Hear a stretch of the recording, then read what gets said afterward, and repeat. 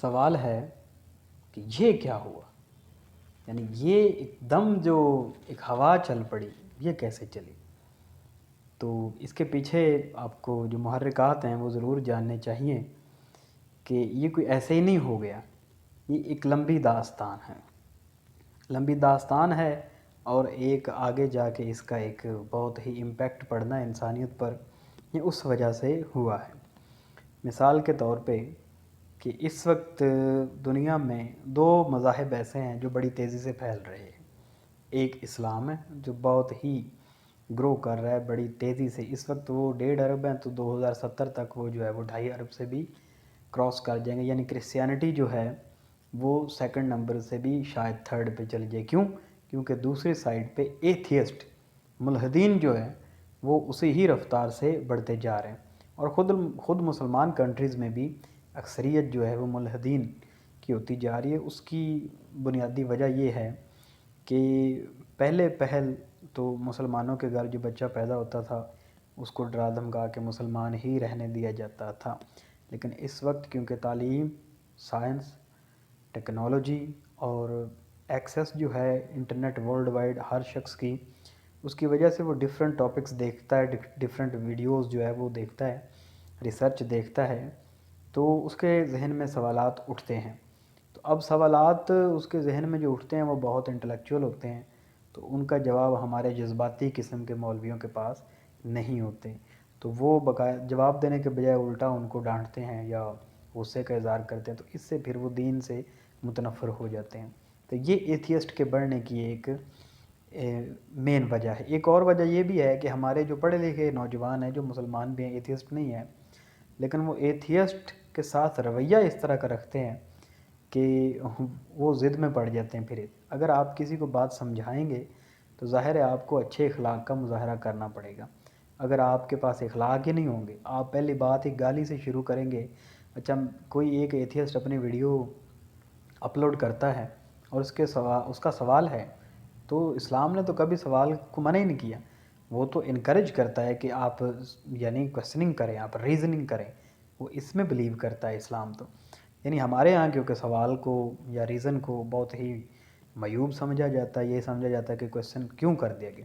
تو کوئی ایتھیسٹ اگر کسی سوال کی ویڈیو کو اپلوڈ کرتا ہے تو اس کو پہلی تو گالی پڑتی ہے، بعد میں اس کو پھر سمجھا رہے ہوتے ہیں۔ یعنی اگر آپ نے اسے سمجھانا ہی ہے تو اسے پہلے اچھے اخلاق سے سمجھائیں، اسے بات سمجھ آتی ہے ٹھیک ہے، نہیں آتی تو وہ اس کا اپنا میٹر ہے، آپ نے اپنی ذمہ داری پوری کر دی۔ لیکن آج کل ہمارا ایک رویہ جو ہے وہ اپنا موقف وہ منوانے کا بھی ہے، یعنی ہم یہ کہتے ہیں کہ صرف میری بات ٹھیک ہے، چاہے کچھ بھی ہو جائے، اگلے بندے کی کوئی بات، کوئی اس کی کوئی وجہ نہیں ہے، اس کے پاس کوئی کوسچن نہیں۔ تو یہ دو چیزیں ہو رہی ہیں فی الحال، مسلمان ایک تو تیزی سے بڑھ رہے ہیں تعداد میں، دوسری طرف ایتھیسٹ بڑھ رہے ہیں۔ اچھا جی، ہوگا کیا؟ ہوگا یہ کہ مسلمز تو پہلے ہی ایمان رکھتے ہیں اللہ تعالیٰ کی ذات میں، ایتھیسٹ جو ہے وہ باقی سارے مذاہب کے لوگوں سے بہتر ہیں سوائے اسلام کی۔ کیوں؟ کیونکہ اسلام تو ظاہر ہے، اسلام کے ماننے والے تو اللہ تعالیٰ کا اقرار کرتے ہیں، اس پہ یقین رکھتے ہیں، لیکن ایتھیسٹ جو ہیں وہ کسی اور مذہب کو نہیں مانتے، اسلام کو بھی نہیں مانتے، تو اس لیے وہ دوسرے لوگوں سے تو کئی درجے بہتر ہیں جنہوں نے پتہ نہیں کتنے کتنے خدا بنائے ہوئے ہیں،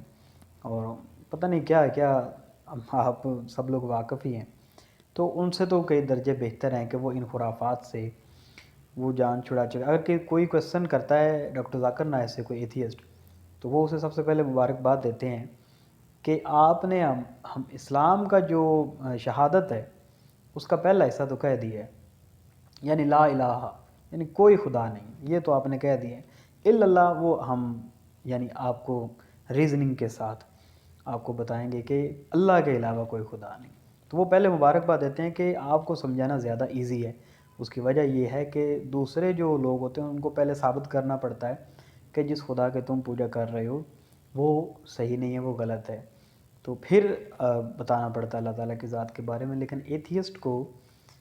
پہلے اس پہ محنت نہیں کرنی پڑتی کیونکہ وہ آلریڈی ہی ان کو نہیں مان رہا ہوتا، تو اس کو یہ منوانا پڑتا ہے کہ اللہ تعالیٰ کی ذات کا تعارف اسے کروانا پڑتا ہے۔ تو یہ ہوگا کیا؟ یہی ایتھیسٹ جو ہیں آگے چل کے، کیونکہ باقی مذاہب تو وہ بالکل چھوڑ چکے ہوں گے،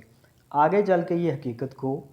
جو ہے وہ ایکسیپٹ کر لیں گے، یہ مسلمان ہو جائیں گے۔ تو وہ دو جو نمبر ون مسلم ہوں گے، نمبر ٹو ایتھیسٹ ہوں گے، تو یہ جب ایتھیسٹ دھڑا دھڑ اسلام قبول کریں گے تو یہ پھر ایک غلبہ ہوگا اسلام کا پوری دنیا پہ، ورلڈ وائڈ، عالمگیر، یعنی یہ اس حضور صلی اللہ علیہ وسلم کی اس حدیث کی تکمیل ہوگی کہ پوری دنیا پہ ایک نظام دوبارہ آئے گا، وہ منہاج النبوت، یعنی خلافت جو ہے دوبارہ قائم ہوگی نبوت کے جو ہے وہ طریق پر۔ تو بات ہو رہی تھی کہ یہ کیا ہوا، یہ ہوا کیسے چلی؟ تو یہ ہوا اس لیے چلی کہ مسلمانوں میں بھی یہ